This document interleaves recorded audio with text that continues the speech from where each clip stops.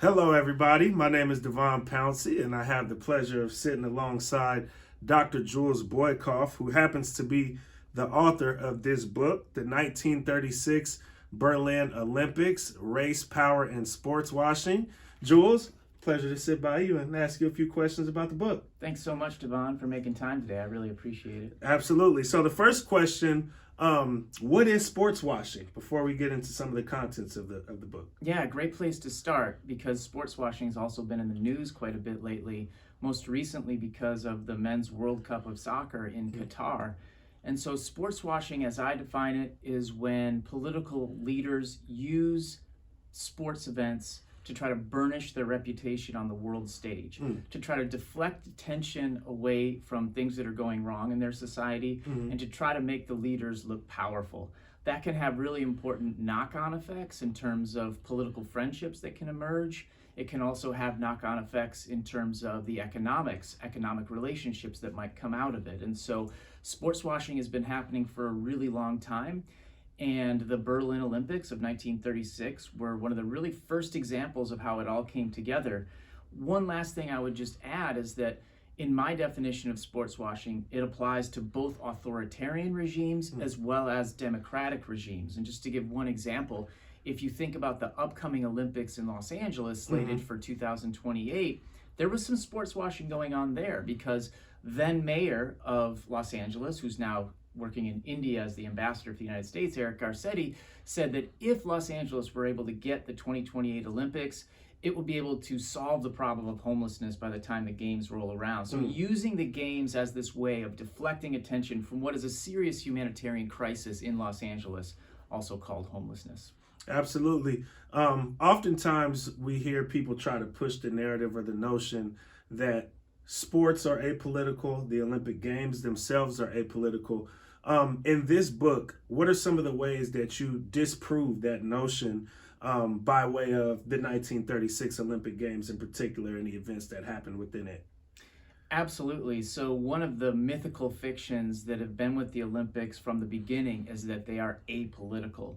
Their founder, a guy named Baron Pierre de Coubertin, a French aristocrat, said that the Olympics were apolitical from the beginning, and yet he relied on numerous individuals, many of them royalty from various countries, to gain their political support for the Olympics. So it's always been a myth from the very beginning. One way of thinking about how this played out in Berlin ahead of the 1936 Olympics was with the Olympic torch relay. A lot of people don't know that actually the Nazis invented the Olympic torch relay ahead of those 1936 games. Not only was it a way to sort of spread information about the upcoming Olympics, but it also became a way for Hitler and the Nazis to move their way through Central and Eastern Europe, 7 countries in 12 days, and not only spread propaganda about the Olympics, but propaganda about the Nazis. And in fact, some of the places that this torch wended found very receptive audiences for the Nazis' wider messages, anti-black messages, for example, anti-Jewish messages, for example. And so, for example, in Bulgaria, he was warmly received all around the country and other places as well. And so if the Olympics are apolitical, well, then you wouldn't have these benefits for people like Hitler and the Nazis in engaging with the Olympics and creating the torch relay. So that's one. Yeah. Second, there's a good example of a boycott movement that emerged in the United States. Look, people knew that Jewish folks were being treated poorly, and that's the biggest euphemism I'll use today in Germany at that time. It was no mystery. And so actually a really strong boycott movement emerged in the United States. Not just Jewish folks, but also the NAACP actually supported a boycott of those 1936 Olympics, many other groups as well. And so they didn't actually end up being successful at the end of the day. They were outvoted in part because of a guy named Slavery Avery Brundage. Well, his name was actually Avery Brundage, but a lot of the athletes referred to him as Slavery Avery Brundage because of his anti-black racism, because of his anti-Semitic thoughts that are very well documented and that I talk about in the book. Well, Brundage went to Germany, drank out of a special cup that lots of Hitler's friends would drink out of, came back to the United States and said, hey, there's nothing to worry about here, nothing to see, no worries whatsoever. And that really helped change the vote that was happening in the United States, whether to go or not. They went, And we all know what happened after that. Absolutely. You mentioned the athletes and how they referred to Avery Brundage. What were some of the ways that some athletes dealt with racism within the 1936 Olympics? Obviously, with the title being Race, Power, and Sportswashing. Right. Well, first of all, in Germany, it was really interesting because there was pressure from the International Olympic Committee and other people to make sure that Jewish athletes had access to those Olympics, German Jewish athletes. In the end of the day, only a couple really were invited in a serious way to participate. One, actually, she did participate in fencing. She won a silver, and then while on the medal stand, did this sort of notorious Nazi salute. I have a photograph of it actually in the book.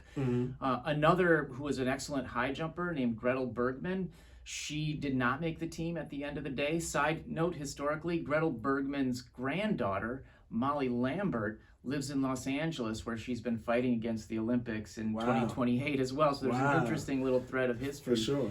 But so there was the German Jewish side, and then of course the United States sent numerous African American athletes who did really well at those Olympics. Of course, everybody knows about Jesse Owens, as we should, winning 4 gold medals at these Olympics, and basically just trashing those white supremacist, Aryan supremacist theories that Hitler and his friends were bandying about.